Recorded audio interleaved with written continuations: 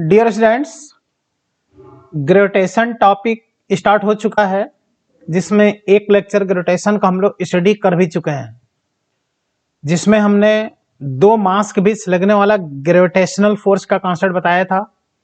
F is equal to G m1 m2 upon R square, जिसका unit newton होता है, और capital G is universal gravitational constant, जिसका value 6.67 into 10⁻11 ये सब बता दिए थे।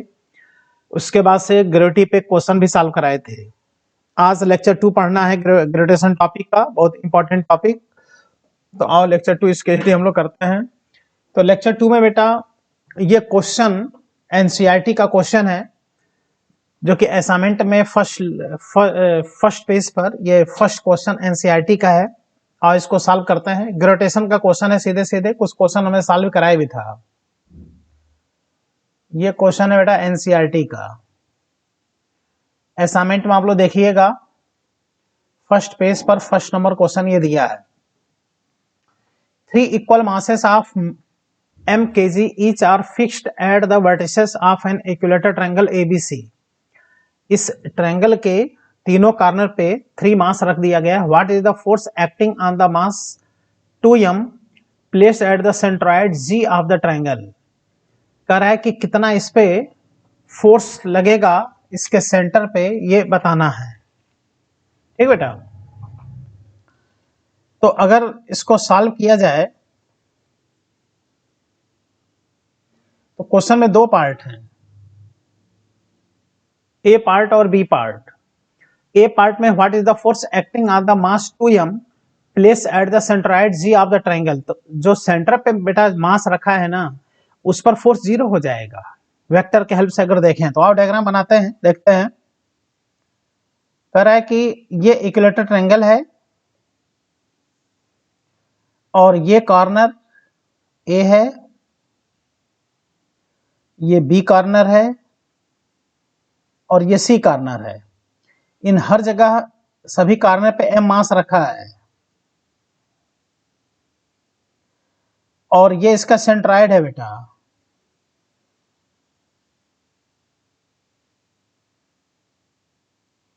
सेंट्रॉइड को G कह रहा है, यहां पर सेंट्रॉइड पे 2m मास रखा गया है।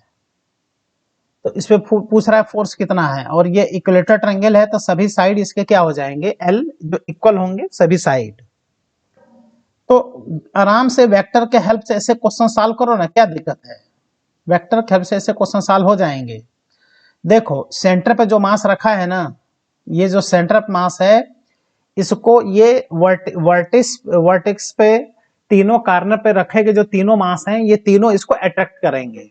तो ये जो मास कॉर्नर वाला मास है, इस सेंटर वाले मास को अपने तरफ F फोर्स से अट्रैक्ट करेगा, क्योंकि मास हमेशा दूसरे मास को अट्रैक्ट ही करता है। ये वाला मास इसको अपने तरफ इधर अट्रैक्ट करेगा, और ये वाला कॉर्नर का मास इस सेंटर वाले मास को अपने तरफ इधर अट्रैक्ट करेगा। तो इस हिसाब से देखा जाए तो इस पर सेंटर पर जो 2m मास है, जो सेंटर पे बेटा 2m मास है, उस पे कुल कितने फोर्स लग रहे हैं? टोटल 3 फोर्स लग रहे हैं। एक F इधर लग रहा है, और एक F इधर लग रहा है, और एक F इधर लग रहा है। टोटल 3 फोर्स लग रहे हैं। और ये भी पता है कि ये सारे एंगल कितने होंगे, 120 डिग्री के ये बेटा एंगल होंगे, सबके सब 120 डिग्री।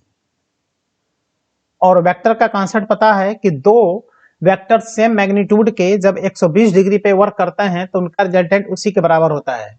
इसलिए बेटा इस फोर्स F का और इस फोर्स F का, ये दोनों 120 डिग्री पे जो कि वर्क कर रहे हैं, तो इनका रिजल्टेंट इधर आ जाएगा, और F और F का रिजल्टेंट वेक्टर के हेल्प से हम लोग देखेंगे तो F ही आएगा। इसलिए सेंटर वाले मास पर देखा जाए तो F में से F कैंसिल होकर के टोटल फोर्स क्या हो जाएगा, 0 हो जाएगा। इसलिए देख लो इसका आंसर क्या दिया है, यहाँ 0 दिया है। ए वाले पार्ट का आंसर 0 दिया भी है।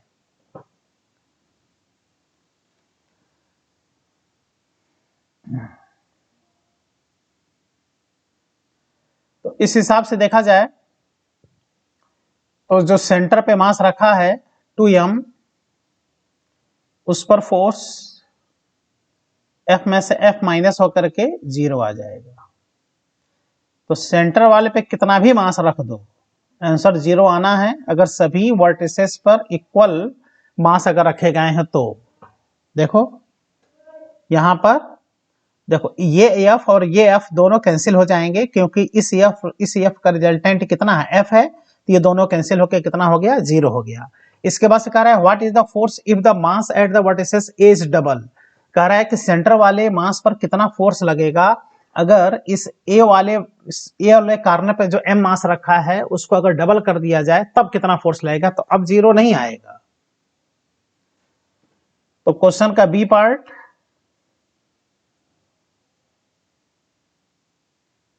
क्वेश्चन के बी पार्ट में देखो बेटा, वही इक्विलेटरल ट्रायंगल फिर बनाना है। एक मास यहां पर है, एक इस कॉर्नर पे, एक इस कॉर्नर पे। यह बेटा ए, बी और सी, और ये इसका सेंटर है।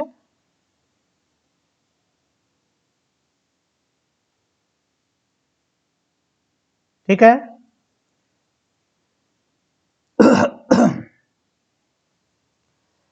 तो इस सेंटर पे जो मास है वो तो चलो 2m है, और यहां पर मास m है, इस वाले पे भी मास m है, लेकिन कह रहा है कि अगर इस वाले a वाले कॉर्नर के मास को डबल कर दें, 2m कर दें, तो अगर सभी कॉर्नर पे बेटा अगर मास सेम रहा होता तब सेंटर वाले पे फोर्स क्या हो जाता, 0 हो जाता।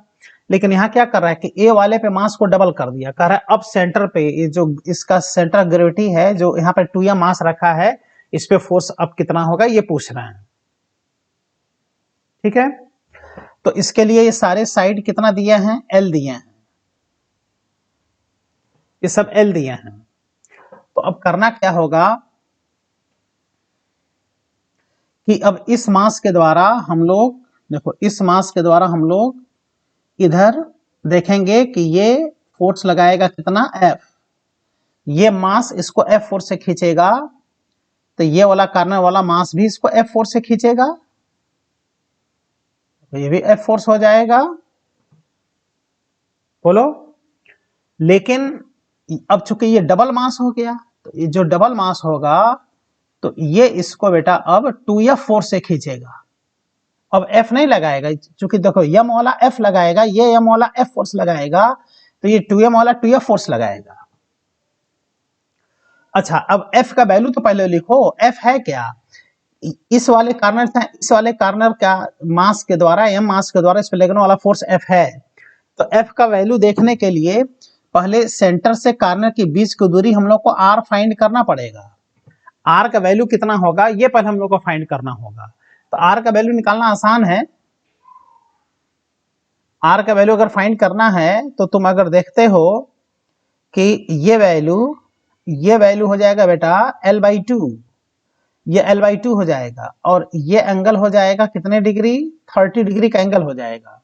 और हम लोग को R फाइंड करना है, तो इस ट्रायंगल में अगर हम लोग cos 30 का हेल्प ले लें, देखो cos 30 degree is equal to base upon hypotenuse. तो बेस है L/2 और हाइपोटेन्यूज कितना है R।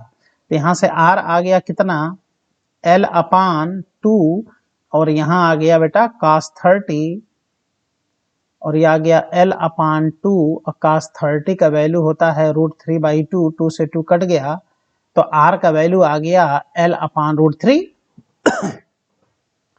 अब क्या करें हम लोग,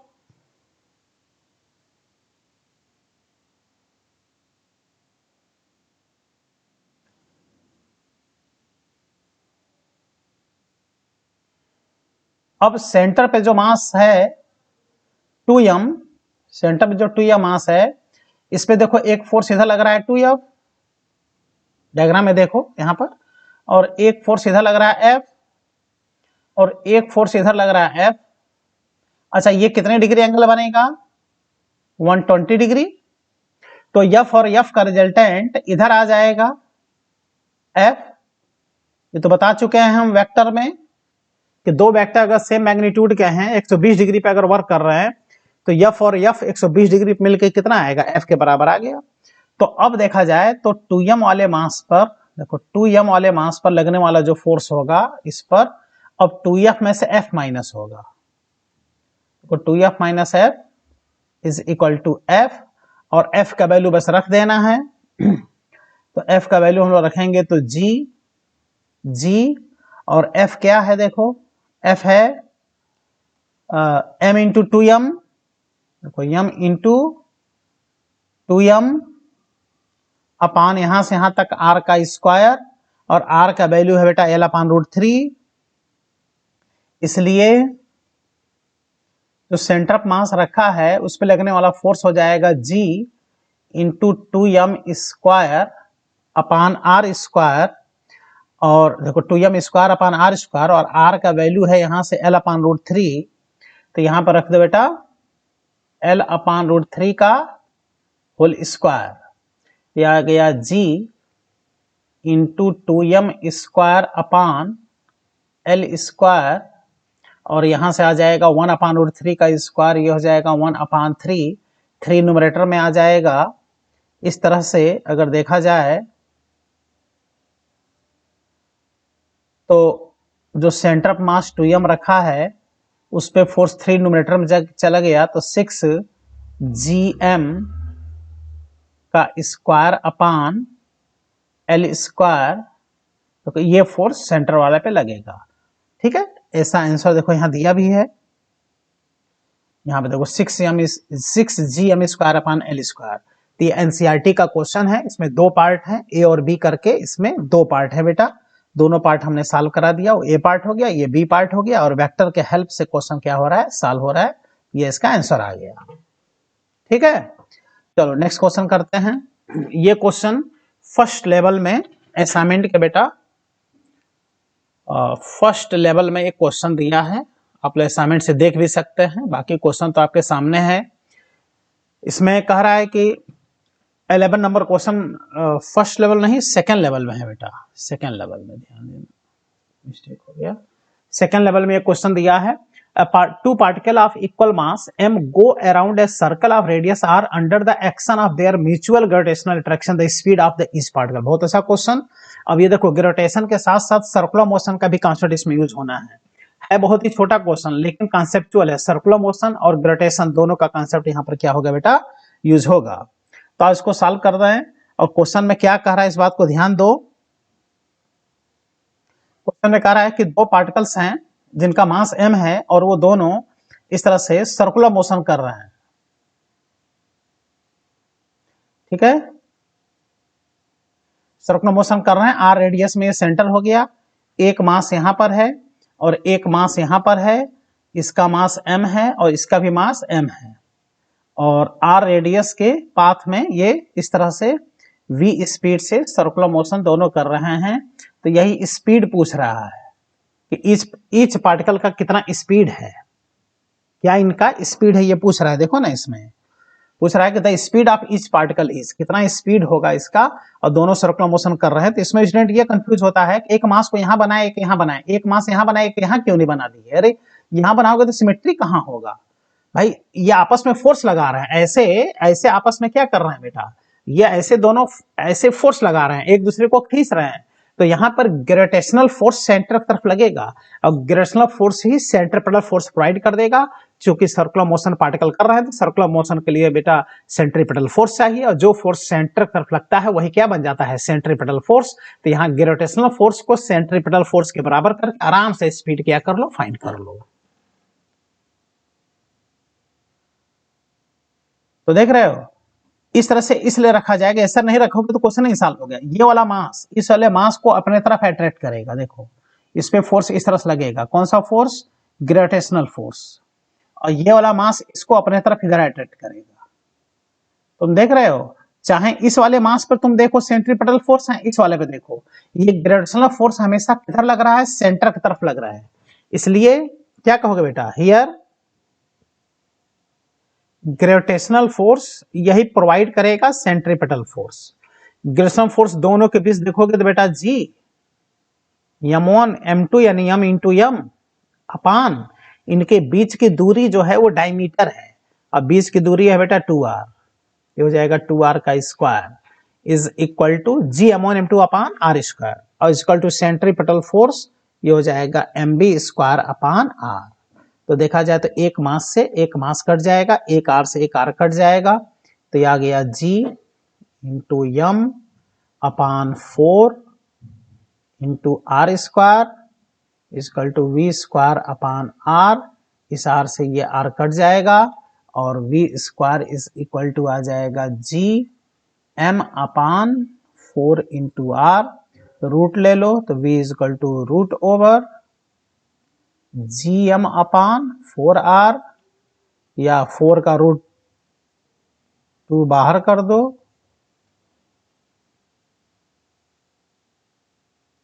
ये आंसर आ गया। देखते हैं कौन सा आंसर आया। ये C option v equal to 1/2 root over gm/r। तो ऐसे क्वेश्चन इंपॉर्टेंट माने जाते हैं, देखो 1/2 रूट ओवर gm/r, इसलिए कि यहां पर ग्रेविटेशनल फोर्स के साथ साथ सेंट्रीपिटल फोर्स भी अप्लाइड कराया है। ठीक है, और नेक्स्ट क्वेश्चन करते हैं। वो ये क्वेश्चन देखो, ये भी बेटा सेकेंड लेवल का, ठीक, सेकेंड लेवल का बेटा 12 नंबर क्वेश्चन है, जो ऑलरेडी आईआईटी में पूछा गया क्वेश्चन भी, आईआईटी मेंस में। अभी जो हमने क्वेश्चन किया उसी टाइप का क्वेश्चन ये भी है। अभी जो हमने क्वेश्चन किया है उसमें दो पार्टिकल सर्कुलर मोशन कर रहे हैं due to gravitational force, mutual force gravitational force का लग रहा है, इसके वजह से वो मोशन कर रहे हैं। लेकिन ये जो क्वेश्चन इसमें 4 पार्टिकल्स हैं, सेकंड लेवल का क्वेश्चन है, इसमें 4 पार्टिकल्स मोशन कर रहे हैं circular motion due to gravitational force mutual force. तो ईच पार्टिकल का स्पीड बताना है। ठीक है, तो मेथड वही है, थोड़ा सा लेंथी हो जाएगा ये सॉल्व करने में।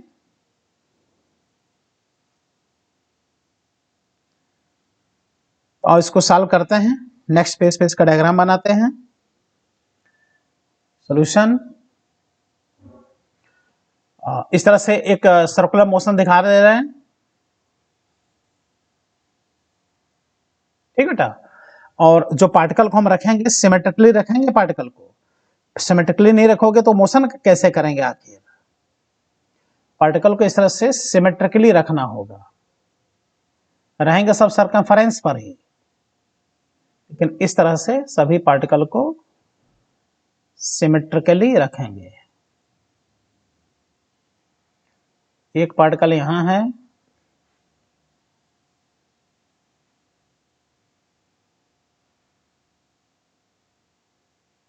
ठीक है, और मास देखो कैपिटल एम दिया है कि small M, small M mass दिया है। ठीक, यहां मास एम है। 4 particles are situated at circumference of a circular path. ये सब सर्कुलर मोशन कर रहे हैं, इस तरह से सबकी स्पीड सेम होगी। ठीक है, ये इसका डायमीटर हो जाएगा और ये भी इसका डायमीटर हो जाएगा, ये इसका सेंटर हो गया। तो ये रेडियस है बेटा आर, ये सब आर है। देख रहे हो, तो इस पार्टिकल का स्पीड बताना है। तो क्या करेंगे भाई, इस पार्टिकल के स्पीड के लिए कुछ नहीं करना है। इसमें हम लोगों को इसमें अगर देखा जाए तो अब किसी एक पार्टिकल पर, ठीक है, तो किसी एक पार्टिकल पर हम लोगों को टोटल फोर्स निकालना पड़ेगा। तो किसी एक पार्टिकल, जैसे इस वाले पार्टिकल की हम बात कर लें, इस वाले पार्टिकल के, तो इस पर तुम देखो तो ये वाला मास अपने तरफ इसको खींचेगा, ये इधर खींचेगा, कितने फोर्स से, एफ से। ये वाला मास इसको अपने तरफ इधर खींचेगा, एफ फोर्स से। अच्छा, एफ के लिए ये दूरी हम लोग को देखना होगा। ये दूरी निकालना आसान है, क्योंकि ये एंगल होगा कितने डिग्री, 90 डिग्री, और ये आर है, आर है, तो पाइथागोरस कहता है कि बेटा ये r√2 हो जाएगा, ये भी हो जाएगा r√2। तो जो एफ का वैल्यू होगा, अब एक फोर्स और लगेगा इस पर, देखो एक फोर्स, ये वाला मास इसको अपने तरफ इधर खींचेगा, देख रहे हो, और ये हो जाएगा एफ डैश। तो इस पे 3 फोर्स लग रहे हैं। तो हम लोग को क्या करना होगा, इस एफ और इस एफ का रिजल्टेंट इधर देखना होगा, सेंटर के तरफ। जब सेंटर की तरफ इस पर रिजल्टेंट देखेंगे और एक फोर्स एफ डैश पहले से लग रहा है, दोनों का सम कर देंगे तो सेंटर की तरफ टोटल फोर्स किसी एक मास पर आ जाएगा और सेंटर की तरफ लगने वाला फोर्स है क्या हो जाता है, सेंट्रीपिटल फोर्स। उसी ग्रेविटेशनल फोर्स को सेंट्रीपिटल फोर्स के बराबर करके और क्वेश्चन को सॉल्व कर लेना होगा। तो पहले तो एफ का वैल्यू लिखो बेटा, जो एफ होगा ये इसके और इसके बीच का फोर्स है आपस में, तो हो जाएगा जी इंटू यम यानी एम स्क्वायर अपान r√2 का स्क्वायर। इसलिए f का वैल्यू आ गया G M square upon 2r square, ये f का आ गया। अब f डैश का वैल्यू निकाल लो। f डैश बेटा इनके बीच का फोर्स है, डायगोनली इस मास और इस मास के बीच का फोर्स है, जिनके बीच की दूरी 2r दिखाई दे रहा है। तो हो जाएगा बेटा G M into M M square upon 2r का स्क्वायर। इस हिसाब से देखा जाए तो F dash is equal to G M square upon 4r square. ये हो गया सेकेंड इक्वेशन, ये हो गया फर्स्ट इक्वेशन। अब हम लोग क्या करें कि अब इस वाले मास पर हम लोग टोटल फोर्स देखना है। एक किसी मास पर देखें तो इस वाले मास पर अगर हम टोटल फोर्स अगर देख रहे हैं तो ये एफ और ये एफ दोनों कितने डिग्री पर हैं, देखो 90 डिग्री पर हैं। तो इनका रिजल्टेंट बेटा इधर आ जाएगा और एफ का 90 पर रिजल्टेंट f√2 होता है। अरे रूट भर F square plus F square मिलकर f√2 नहीं होगा, तो ये हो गया बेटा f√2। देख रहे हो? तो तुम देखो तो इस वाले मास पर, ये जो मास हम यहाँ कर्सर रखे हुए हैं, तो इस पे टोटल फोर्स जो सेंटर की तरफ लगेगा, सेंटर की तरफ, वो f√2 प्लस एफ डैश लगेगा। तो एम वाले मास पे टोटल ग्रेविटेशनल फोर्स जो लगेगा सेंटर की तरफ वही हो जाएगा सेंट्रीपिटल फोर्स, और इस पे ग्रेविटेशनल फोर्स लगेगा बेटा f√2 प्लस एफ डैश बराबर सेंट्रीपिटल फोर्स। और f का वैल्यू यहां हम लिखे हुए हैं, देख लो, तो लिख देंगे जी एम स्क्वायर अपान 2r का स्क्वायर, √2 पहले से है, प्लस एफ डैश का वैल्यू ये सेकेंड इक्वेशन से लिख लें, G M square upon 4r square is equal to centripetal force. Centripetal force हो जाएगा M V square upon R. तो देखा जाए तो इस मास से एक मास यहां से कैंसिल हो जाएगा, एक आर से ये एक आर भी क्या हो जाएगा, कैंसिल हो जाएगा। अब यहां से देखा जाए तो G M upon R common हो गया, जी एम अपान आर ये कॉमन हो गया, जी एम यहां भी है, जी एम यहां भी है, आर यहां भी है, यहां भी है, और यहां से बचा √2 अपान 2, अब प्लस बच गया बेटा 1 upon 4 is equal to V square. आराम से भी स्पीड हम लोग निकाल लें, ठीक। अच्छा आंसर देखें किस टर्म में दिया है, उसी हिसाब से हम एलसीएम ले लेंगे। इसमें आंसर में नीचे एलसीएम में 4 लिए हैं, चलो इसका एलसीएम 4 कर देंगे। तो इस तरह से और फिर से लिख लेते हैं, V square is equal to G M upon √2 upon 2 plus 1 upon 4, G M upon R √2 upon 2 plus 4,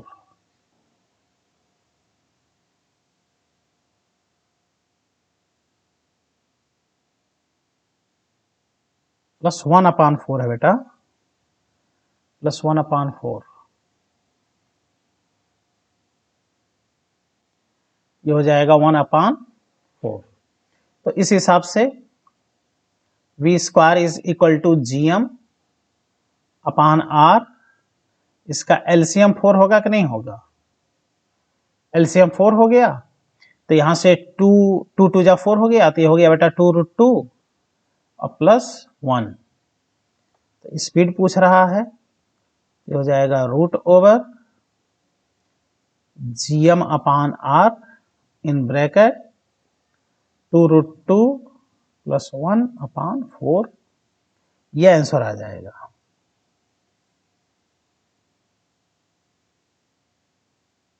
ठीक,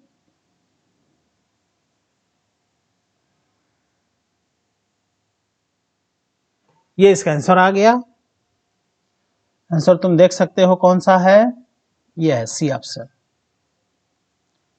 तो जहां भी कई पार्टिकल्स को बेटा सर्कुलर मोशन करा दे, वहां पे इस तरह से डायग्राम बनाओ और उसके बाद से circular motion due to gravitational force के कारण सर्कुलर मोशन लग रहा है, तो उस पे टोटल फोर्स सेंटर की तरफ देख लो और उसको ग्रेविटेशनल फोर्स को सेंट्रीपिटल फोर्स के बराबर करके और फॉर्मूला अप्लाई करके क्वेश्चन सॉल्व कर लो।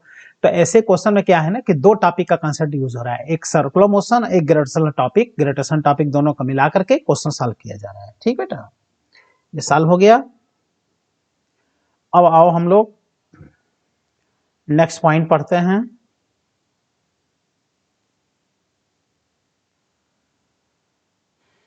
नेक्स्ट हेडिंग हम लोग पढ़ेंगे बेटा, acceleration due to gravity at the surface of any planet. किसी भी प्लेनेट के सरफेस पर acceleration due to gravity, gravity के कारण कितना एक्सेलरेशन काम करता है, ये कॉन्सेप्ट हम लोग अब स्टडी कर रहे हैं। एक्सेलरेशन ड्यू टू ग्रेविटी को जी से इंडिकेट करते हैं। Acceleration due to gravity at surface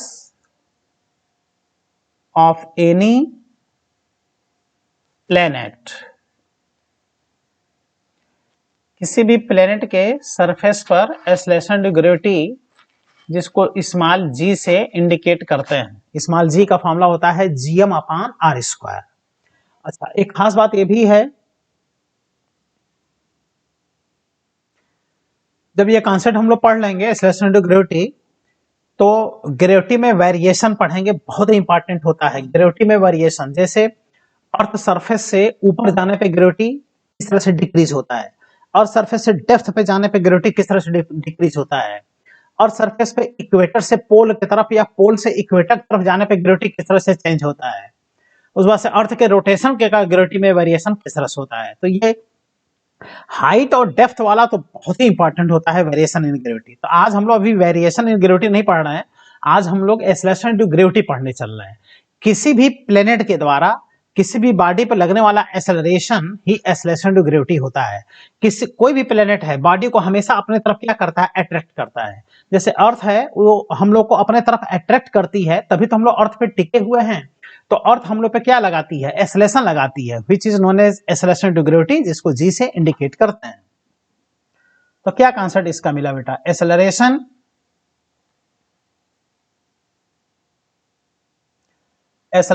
acting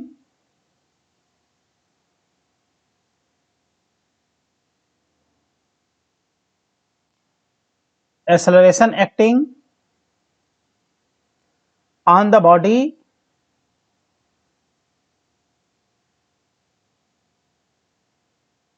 due to planet is known as acceleration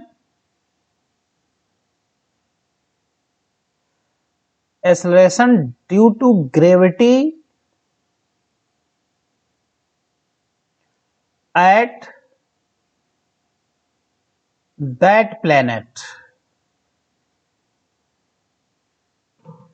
ठीक है ना, उस प्लेनेट के सरफेस पे ग्रेविटी है। अलग अलग बेटा, अलग अलग प्लेनेट के सरफेस पे अलग अलग ग्रेविटी होता है। जैसे अर्थ पे ग्रेविटी अलग है, मून पे ग्रेविटी अलग है, जितने प्लेनेट है उस पे अलग अलग ग्रेविटी है। अर्थ पे ग्रेविटी ज्यादा है, मून पे ग्रेविटी कम है। हम लोग का अर्थ पे वेट ज्यादा होता है, मून पे वेट क्या होता है बॉडी का, किसी भी बॉडी का कम होता है, क्योंकि ग्रेविटी कम हो जाता है। मून पर ग्रेविटी अर्थ की ग्रेविटी का 1/6 होता है। तो वो डिपेंड करता है कि प्लेनेट का मास कितना है। जो एक्सेलरेशन ड्यू ग्रेविटी होता है बॉडी के मास पे डिपेंड नहीं करता, प्लेनेट के मास पे डिपेंड करता है। चाहे जितने भी बॉडीज हैं, हम ही लोग जितने पर्सन हैं, सबका वेट अलग अलग है, मास अलग अलग है, लेकिन सब पे ग्रेविटी क्या होता है बेटा, सेम काम करता है। तो एक्सेलरेशन ग्रेविटी क्या होता है, सेम होता है। एकदम आराम से इसका हम लोग और फॉर्मूला बना ले, बहुत ही आसानी से इसका फॉर्मूला हम लोग बना सकते हैं। इसके लिए हम लोग जैसे यहाँ पे एक प्लेनेट बना दें, ये कोई प्लेनेट है, इस प्लेनेट का मास बेटा कैपिटल एम है, ये इसका सेंटर है, और ये इसका रेडियस है। अब यहाँ पर बेटा एक बॉडी है, इसके सरफेस पे एक बॉडी है m मास का, तो ये प्लेनेट इस बॉडी को एक्सेलरेशन ड्यू टू ग्रेविटी के कारण अपने तरफ इसको खींच रहा होगा, है ना, ग्रेविटेशनल पुल कर रहा होगा, तो वही इस बॉडी का बेटा वेट बनेगा। तो इधर बॉडी पे एक ग्रेविटेशनल फोर्स लग रहा होगा बॉडी पर, और ये ग्रेविटेशनल फोर्स होगा बॉडी पर g इंटू उस बॉडी का मास, ये देखो बॉडी का मास, और इंटू उस प्लेनेट का मास g m1 m2 होता है ना, अपान यहां से और इसके सेंटर के बीच की दूरी दैट इज r स्क्वायर, और जो फोर्स लगेगा यही इस बॉडी का वेट बन जाएगा। और वेट होता कितना है बेटा, mg उस बॉडी का वेट हो जाता है, तो ये हो जाएगा g m into capital M अपान r स्क्वायर। तो देख रहे हो जिस बॉडी पे बेटा तुम ग्रेविटी देख रहे हो उसका मास कैंसिल हो गया, यानी जो ग्रेविटी होता है उस बॉडी के मास पे डिपेंड नहीं करता। देखो g और इंटू m अपान r स्क्वायर, ये इंपॉर्टेंट फॉर्मूला मिल गया एक्सेलरेशन ड्यू टू ग्रेविटी का।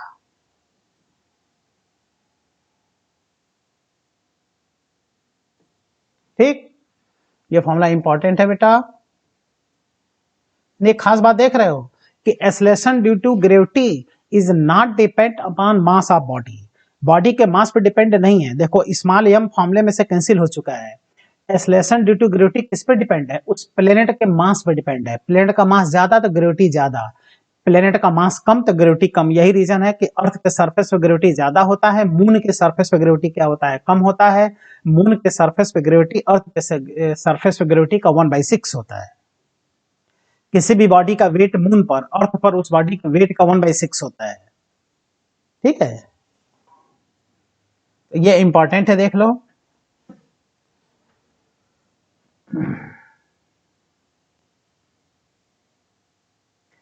इसलिए हम लोग कह सकते हैं कि acceleration due to gravity is directly proportional to mass of that planet and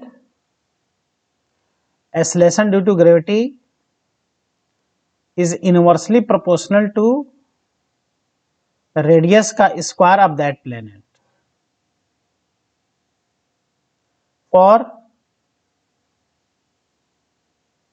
for same mass of two planets,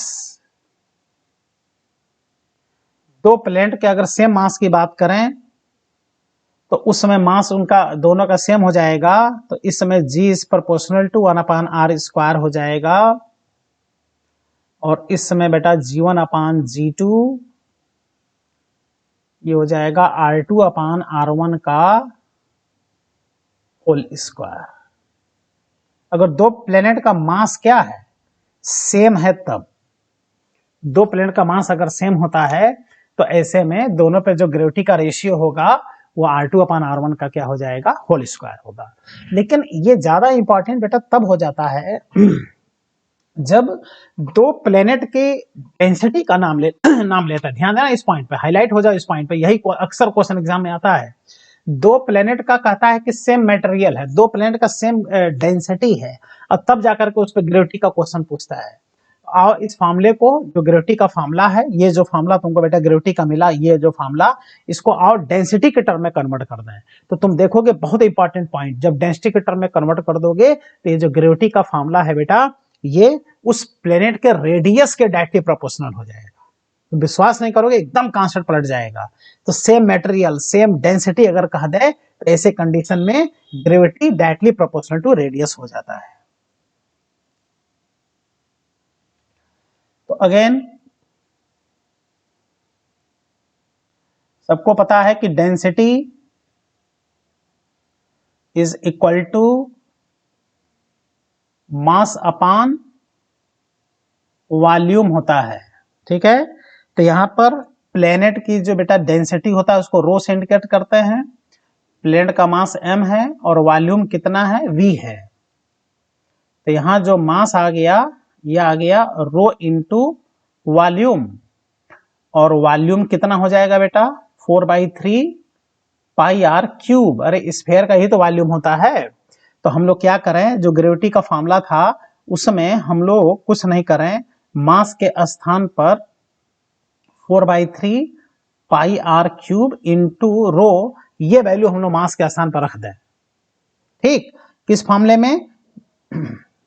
इसलिए जो ग्रेविटी का फॉर्मूला आया था, ये आया था G capital M upon R square. इस फॉर्मूले में अगर इसको हम लोग डेंसिटी के टर्म में कन्वर्ट कर दें तो ये आ गया बेटा जी अपान आर स्क्वायर, और मास के स्थान पर 4/3 पाई आर क्यूब इंटू रो इसको रख दिया इस वाले से। देखो देखो मास के स्थान पे ये वैल्यू रख दिया, डेंसिटी में इसको कन्वर्ट कर दिया। तो देखा जाए तो यहाँ पर आर स्क्वायर से आर क्यूब कैंसिल होकर एक आर बच जाएगा, और यहाँ पर बहुत ही इंपॉर्टेंट कॉन्सेप्ट मिल गया ग्रेविटी का, 4/3 पाई जी रो इंटू एक आर केवल बचा। देख लो कितना अच्छा कॉन्सेप्ट, यही सबसे इंपॉर्टेंट होता है। और स्टूडेंट इस बात पे ध्यान नहीं देता, जब क्वेश्चन में सेम मटेरियल और जब सेम डेंसिटी का नाम आ जाता है तो इस समय देखो ये फॉर्मूला यूज होता है, ये वेरी इंपॉर्टेंट कहलाता है, एग्जाम में इसी को टच करता है। इसलिए तुम देख सकते हो, इसलिए फॉर सेम डेंसिटी, देख रहे हो, for same density of to planets, दो प्लैनेट के अगर सेम डेंसिटी है, दो प्लैनेट की डेंसिटी बेटा अगर सेम है तो 4/3 पाई जी रो एक कांस्टेंट हो जाएगा, और इस समय ग्रेविटी रेडियस के डायरेक्टली प्रोपोर्शनल हो जाएगा। बेटा तुम विश्वास नहीं करोगे, ये बात हर स्टूडेंट नहीं जानता, ये इस बात पे ध्यान नहीं दे देता वो, बस वही जी बराबर GM/R स्क्वायर रटे रहता है, और कहीं डेंसिटी से मटेरियल का नाम ले लेता है तो वहां कंफ्यूज होकर के क्वेश्चन को गलत कर देता है। तो इस समय अगर सेम मटेरियल सेम डेंसिटी कह दे दो प्लेनेट का, तो इस समय उन प्लेनेट के सरफेस पे ग्रेविटी का रेशियो देख लो, सीधे सीधे उनके प्लेनेट के रेडियस का रेशियो बेटा आता है। देखो R1/R2, ये बहुत ही इंपॉर्टेंट कॉन्सेप्ट है, मतलब एग्जाम में आएगा तो यही आएगा, ये बात को ध्यान दो, और आसान होता है। ठीक,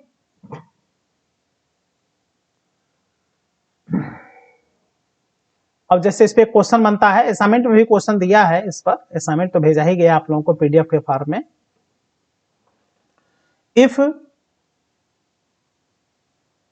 if two planets made by same material, दो प्लैनेट है दोनों सेम मटेरियल के बने हैं, सेम मटेरियल यानी same density, and their radii are R1 and R2, उनका रेडियस R1 R2 है। then find out the ratio of acceleration due to gravity at the surface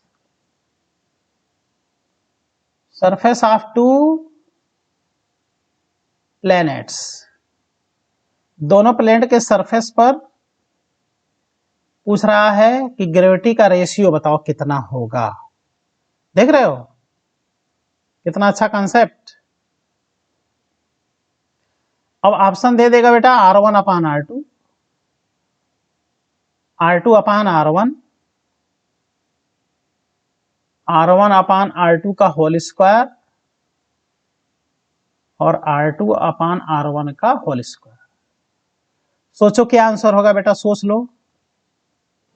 मतलब इसका आंसर फर्स्ट ऑप्शन आएगा, लेकिन स्टूडेंट इस पे ध्यान नहीं दे, कहेगा अरे पहला दूसरा तो एकदम गलत है, वही C और D पे जाएगा।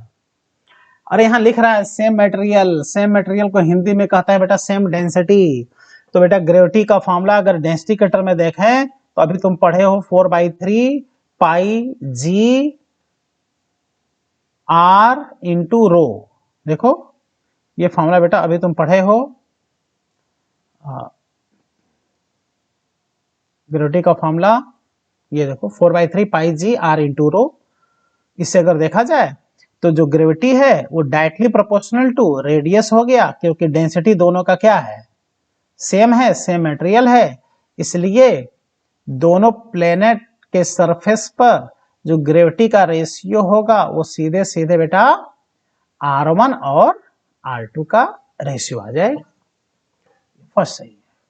तो विशेष ध्यान देना है ऐसे क्वेश्चन पर, एग्जाम में कभी भी ग्रेविटी का रेशियो या ग्रेविटी पूछे हुए तो ये देख लो कहीं मटेरियल डेंसिटी का तो नाम लिया है, तो अगर डेंसिटी का नाम लिया है तो उस फॉर्मूले से क्वेश्चन सॉल्व करो। अब कोई जरूरी नहीं है वो फॉर्मूला तुम डायरेक्ट याद रखो, तुम ग्रेविटी का फॉर्मूला gm/r² से उसको फट से ग्रेविटी में क्या कर दो बेटा, कन्वर्ट कर दो। ठीक, चलो next concept, acceleration due to gravity at earth surface।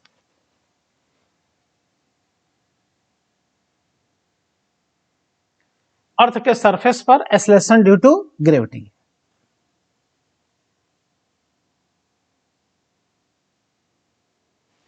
तो अब हम लोग को करना क्या है भाई, जो प्लेनेट है उसको अब हम लोग अर्थ मान लेंगे, ये हो जाएगा सेंटर, अर्थ का रेडियस RE, मास ME और ग्रेविटी GE। तो बेटा अर्थ रेडियस जो होता है ये 6400 किलोमीटर होता है अर्थ रेडियस, और अर्थ का जो मास है बेटा ये 6 × 10⁻24 किलोग्राम, ये अर्थ का मास है। ठीक, इसलिए फॉर्मूला लगा दो, G बराबर GME/, अरे GM/r², तो M को ME लिख दो, R को RE लिख दो। इसलिए बेटा ये अर्थ पे ग्रेविटी आ जाएगा, G ग्रेविटी एट अर्थ, G का वैल्यू बेटा 6.67 इंटू 10⁻11, अर्थ का मास 6 × 10⁻24, अर्थ का रेडियस 6400 किलोमीटर, 10⁻3 से मल्टीप्लाई करके उसको मीटर में बदल लो, फिर इसका स्क्वायर कर दो, इसको सॉल्व करोगे तो ये आ जाएगा बेटा 9.8 मीटर पर सेकंड स्क्वायर, जिसको generally 10 metre per second square भी कह दिया जाता है। तो हम लोग तो इसको जबरदस्त यूज करते हैं कि अर्थ के सरफेस पे gravity 9.8 metre per second square होता है, इसको हम लोग जनरली यूज करते हैं।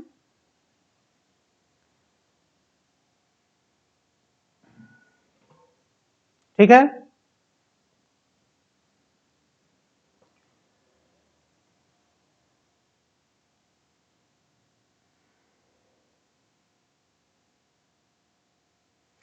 इसलिए अर्थ के सरफेस पे ग्रेविटी हो जाएगा बेटा GME/r²,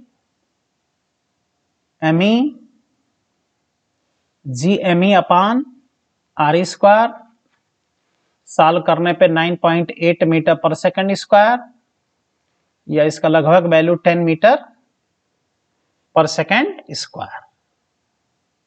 ये हो गया अर्थ के सरफेस पर ग्रेविटी, GM/r² से ही आएगा। यही वैल्यू देखो हम लोग हमेशा यूज करते हैं, 9.8 metre per second square. Next heading,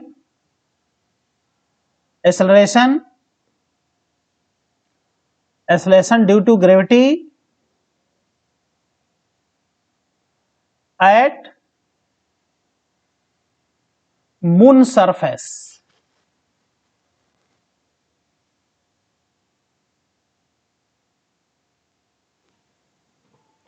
तो यहां पर जो अब हम लोग बनाएंगे बेटा, तो मून बना लिए, देख रहे हो, ये सेंटर हो गया, ये रेडियस हो गया, ये मास हो गया मून का, तो इसको mm लिख देंगे, मून का मास, rm मून का रेडियस, और यह है मून, तो इस पे जो ग्रेविटी होगा इसको gm कह देंगे। तो मून पे gravity gm is equal to g moon का मास अपान मून का रेडियस का स्क्वायर। अब मून का मास, अब मून का रेडियस अगर दिया जाए तो रेडियस भी कम है अर्थ से और मास भी कम है, तो ये सॉल्व करने पर ये बेटा आता है 1.62 मीटर पर सेकंड स्क्वायर ये आता है। और इसको तुम लिख सकते हो बेटा 9.8 अपान 6, देखो 1.62 को 9.8/6 लिखोगे, और 9.8 कहाँ की ग्रेविटी है, अर्थ के सरफेस ग्रेविटी 1/6। इसका मतलब जो मून पे ग्रेविटी होता है वह अर्थ पे ग्रेविटी का 1/6 होता है। ठीक बेटा, तो मून पर ग्रेविटी क्या है, कम है। यही रीजन है कि मून पर किसी भी बॉडी का वेट अर्थ पर उस बॉडी के वेट का 1/6 होता है। ठीक बेटा, तो यहां तक हमने कॉन्सेप्ट ये सब बता दिया, वेरी इंपॉर्टेंट कॉन्सेप्ट। अर्थ पे किस तरह से, तो देखो कितने पॉइंट्स आज हमने पढ़ लिए ग्रेविटी पर, और थोड़ा सा रिवीजन करा दें।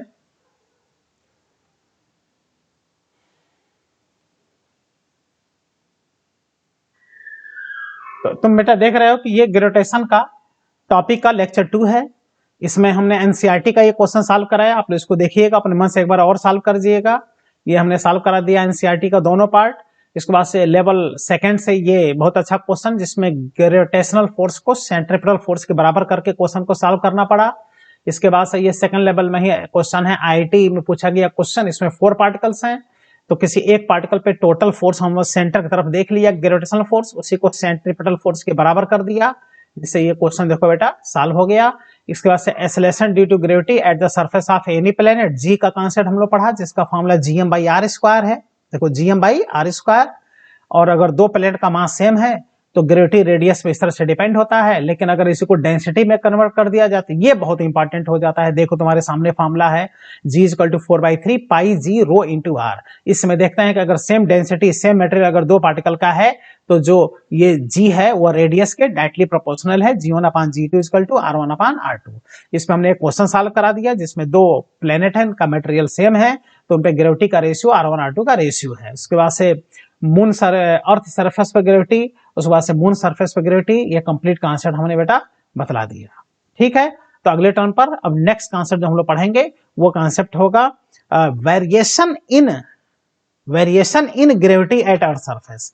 अर्थ सरफेस पे ग्रेविटी पे किस तरह से वेरिएशन हो सकता है, इसमें हाइट पर जाने पर और डेप्थ पे जाने पर ग्रेविटी किस तरह से बेटा वेरी करता है, ये सब कॉन्सेप्ट हम लोग पढ़ेंगे। बहुत ही इंपॉर्टेंट है, कुछ साल से लगातार इसी पे क्वेश्चन आ रहा है, ग्रेविटी के वेरिएशन पे ही क्वेश्चन कुछ साल से लगातार आ रहा है।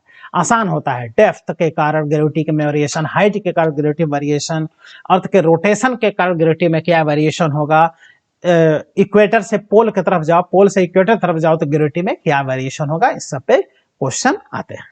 थैंक यू बेटा, ऑल द बेस्ट।